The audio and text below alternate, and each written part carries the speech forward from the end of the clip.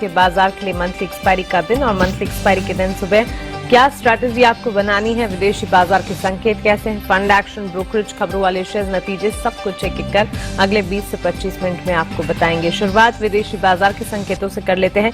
एशियाई बाजार की शुरुआत आप देखिए, एसजीएक्स निफ्टी 18,238 के स्तरों पर हल्की सी खरीदारी के साथ यहां पर ट्रेड आप देखेंगे। निक्कई में करीब 325 अंकों की गिरावट हम देख रहे हैं।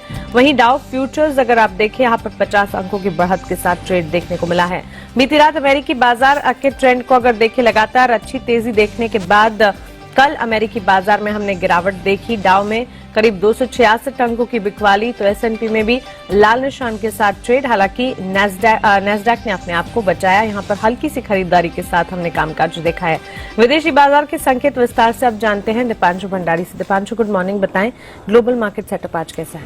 मॉर्निंग मानसी, ठीक ठाक है, थोड़ी सुस्ती आप कह सकते हैं आ रही है। हालांकि एसजीएक्स निफ्टी आपको हल्की बढ़त दिखा रहा है, डाउ फ्यूचर्स और नैस्डैक फ्यूचर्स भी हल्की बढ़त में है कल की गिरावट के बाद।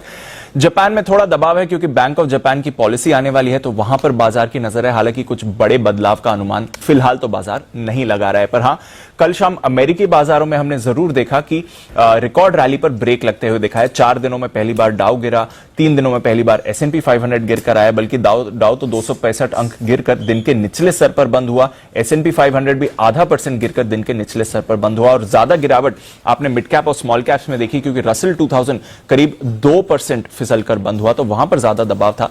नैस्डैक ने संभाले रखा, एकदम सपाट क्लोजिंग नैस्डैक पर हुई। वहां पर सहारा इस बात का भी था कि बॉन्ड यील्ड काफी तेजी से गिरकर 1.55% पर आ गई, जिसकी वजह से आईटी शेयर्स को थोड़ा सहारा मिला। पर जो ज्यादातर एक्शन कल अमेरिकी बाजार में हमने देखा है वो नतीजों के लिहाज से ही रहा। तो नतीजों पर बड़े रिएक्शंस आते हुए दिखे। सबसे पहले तो 2 आईटी दिग्गज अल्फाबेट और माइक्रोसॉफ्ट दोनों के दमदार नतीजे और अच्छी गाइडेंस आती हुई दिखी, इसलिए दोनों शेयर्स में हमने देखा कि 4 से 5% की तेजी थी। पर उसके सामने ट्विटर का शेयर 10% कल टूटा है, क्योंकि इनके नतीजों से बाजार निराश था, स्पेशली एडवर्टाइजिंग ग्रोथ को लेकर, तो वहां से थोड़ी चिंता आई। एक और दिग्गज बोइंग, इसके भी नतीजे आए थे, वहां पर भी आपने दबाव बनते हुए देखा, इसलिए डाउ पर भी प्रेशर था। और ज्यादा प्रेशर डाउ पर बैंक्स और इकोनॉमी से जुड़े स्टॉक से आते हुए दिखा, स्पेशली एनर्जी सेक्टर, जहां पर कल भारी गिरावट थी, इसलिए हमने देखा कि डाउ पर कल ज्यादा दबाव आपने बनते हुए देखा है। आज यूएस Q3 जीडीपी डेटा का एडवांस एस्टिमेट आएगा, यानी कि पहला अनुमान आएगा।